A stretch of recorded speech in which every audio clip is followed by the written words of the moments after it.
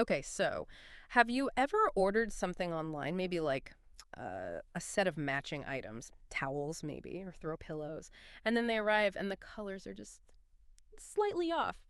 But you notice it, right? It's incredibly frustrating. Your first thought is probably, okay, production error. Something with the dye, maybe the material itself, or I don't know, the lighting in the factory. Well, today we're going to do a deep dive into something really fascinating, an area where the obvious answer, it's usually not the real one. We've been looking at some pretty eye-opening insights. They show how what looks like a simple kind of annoying color problem, well, it actually points to a much bigger issue, something often hidden deep inside a company's operations. So our mission today is to unpack this whole mystery for you. We want to reveal the surprising true cause and then explore how it can actually be fixed with some pretty clever solutions. All right, so picture this. You're running a brand, and your customers keep complaining about these, color inconsistencies. They're buying stuff they think matches, but what arrives looks like it came from two totally different batches. And here's the kicker, right? Your own design files, the specs, even the base materials, they're exactly the same across all the production runs.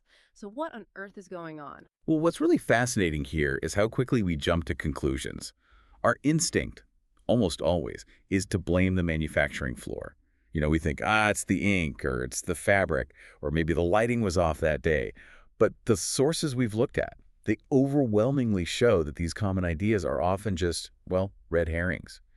The real cause for these subtle but definitely impactful color shifts is frequently buried, surprisingly, deep inside the warehouse network. Wow, inside the warehouse network, that's not intuitive at all, especially now, in this super fast e-commerce world where everything's visual, everything's instant. Inconsistent shipping like that, it doesn't just ding your product ratings, it really damages your brand's reputation, doesn't it? Absolutely. Like you order curtains, one looks like it's from batch A, the other clearly from batch C. The customer sees that and boom, trust is gone. They see it as a fundamental flaw. Exactly. It undermines that basic promise of quality and consistency. So, okay, this is obviously more than just like a minor annoyance for the customer. What are the real business impacts, the tangible costs for a company? Yeah, you've hit on a really important point there. What is the tangible cost? Our sources are pretty clear. Color mismatch is genuinely one of the top reasons for bad reviews and returns on major platforms like Amazon or Wayfair. And we're not necessarily talking about drastic differences. Even a tiny, like 2% difference in tone or texture, Yeah. that can trigger some serious fallout. 2%, that seems so small. It does, but think about it. Customers demanding refunds because things just don't look right together. Product reviews tanking, which hurts visibility, hurts credibility, return rates spiking, which costs money directly. And then you might even get retailers or distributors hitting the brand with chargebacks because they see it as a quality control failure. Wow. Okay, so the ripple effects are huge. And you mentioned it's not just theoretical. Our sources had a specific example, right? Yeah, they did. Yeah. There was this one case, a leading online brand. They saw a 4.2% increase in their weekly returns. 4.2%. That's massive for returns. It is. And it was purely down to these minor but visible batch differences. Hmm. And here's the thing. All these products had actually passed their own internal quality checks. That really drives it home. Something so subtle having such a direct hit on the bottom line, it's kind of incredible. It really shows how sensitive customers are to visual consistency, especially with matching items. Okay, so it's clearly not the usual suspects, the ink, the material, and the impact is severe. So what is the real underlying problem? What are our sources pointing to as the root cause here? Well, if you connect the dots, look at the bigger picture. These color complaints, they're really just a very visible symptom, mind you. The actual issue, the hidden culprit, is what the sources call unsynchronized warehouse inventory turnover. Unsynchronized warehouse inventory turnover. Yeah. Okay, unpack that a bit. So most brands, they focus heavily on production quality, making sure things are right coming off the line. Makes sense. But imagine this scenario. Your East Coast warehouse, it's still shipping out products from, say, production batch A. Meanwhile, your West Coast warehouse, they're faster, maybe. They've already sold through batch A and B, and now they're shipping batch C. Ah, I see where this is going. Exactly. A customer places one order, maybe for 2 or 3 of the same item, and the order gets split fulfilled. Some items come from the East Coast Yeah, and some from the West Coast. at Pepsi. And what's the customer get? Visibly mismatched products. Even though, technically, each individual item was perfectly fine within its own batch and passed QC. And the nightmare is the brand probably has no idea the specific thing is happening, right?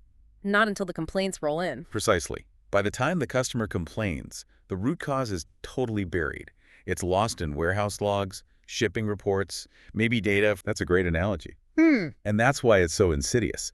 So you see, this isn't really just about color consistency anymore. It's a clear signal, like a flashing red light, for weak inventory health. Weak inventory health. Yeah, it points to a fundamental inability to sync up batches across different locations, to align how quickly inventory turns over in each place, and to manage that multi-location fulfillment in real time.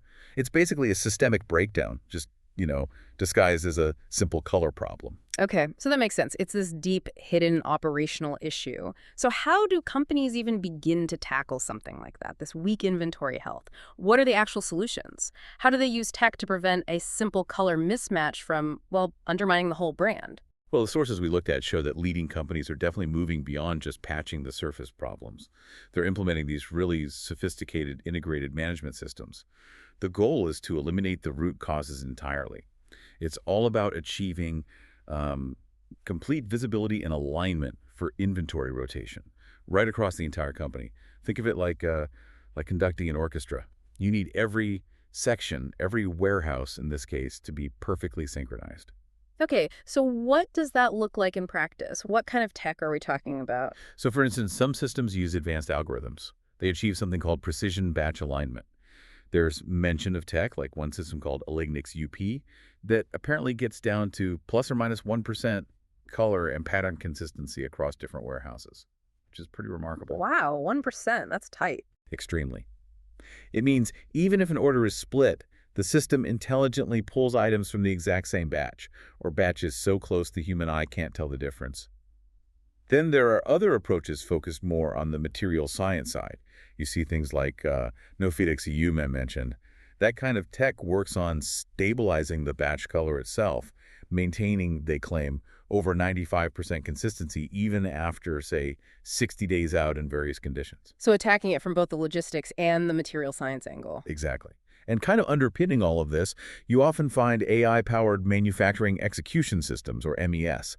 These provide that crucial real-time inventory sync across the whole network. They can actually predict and prevent these cross-batch shipping errors before they happen. Proactive, not reactive. Precisely. And then there's the simple but powerful stuff, like QR code traceability on every item. That gives you end-to-end visibility. It makes returns easier if they do happen, sure. But it also builds huge customer trust because there's transparency. They know the provenance of their product. Right. And when you look at the results of these integrated approaches, the numbers are pretty impressive, aren't they? Our sources mention things like a 98% plus on-time delivery rate. That's huge. Very high. And zero MOQ flexibility, minimum order quantity. That allows for really fast restocks without huge commitments. Yeah, agility is key. Plus, a 48-hour rapid sample turnaround, that speeds up decisions massively. And you see big names trusting this level of precision, right? Like Amazon, Walmart, Wayfair, over 300 global brands and retailers mentioned. Yeah, the adoption by major players really speaks volumes. It shows this isn't just theoretical, it's delivering real-world value. It really is a holistic approach at the end of the day. It allows companies to get their warehouse teams, their sourcing teams, everyone on the same page, making inventory rotation completely visible, predictable, and crucially aligned. So we started with what seems like a simple thing, a customer getting slightly mismatched colors, and we've ended up deep in the world of multi-warehouse logistics, AI-driven systems, and the hidden costs of inventory not being synchronized. It's just a perfect example, really, of how these apparently minor issues can actually signal much bigger systemic challenges, but also how identifying those challenges can lead to some incredible improvements in how a business operates. Absolutely. And it kind of leaves you with an important question to think about, doesn't it? If something as seemingly small as a minor color difference can point to a major breakdown in inventory management, well, what other small customer complaints might be signals? What other little frustrations could be pointing to much larger unseen systemic issues within the operations of the brands you buy from every single day? How much brand loyalty is just quietly eroding because of these hidden problems, and how much value is just sitting there waiting to be unlocked if companies connect those dots between customer feedback and their deep operational data. Hmm, that is a fascinating thought to mull over long after this deep dive is done. We really hope this exploration has given you a fresh perspective, a look into that intricate dance of modern supply chains, and how getting the seemingly small details right with precision can make all the difference for a brand's reputation. And yeah, it's bottom line. Until next time, keep being curious.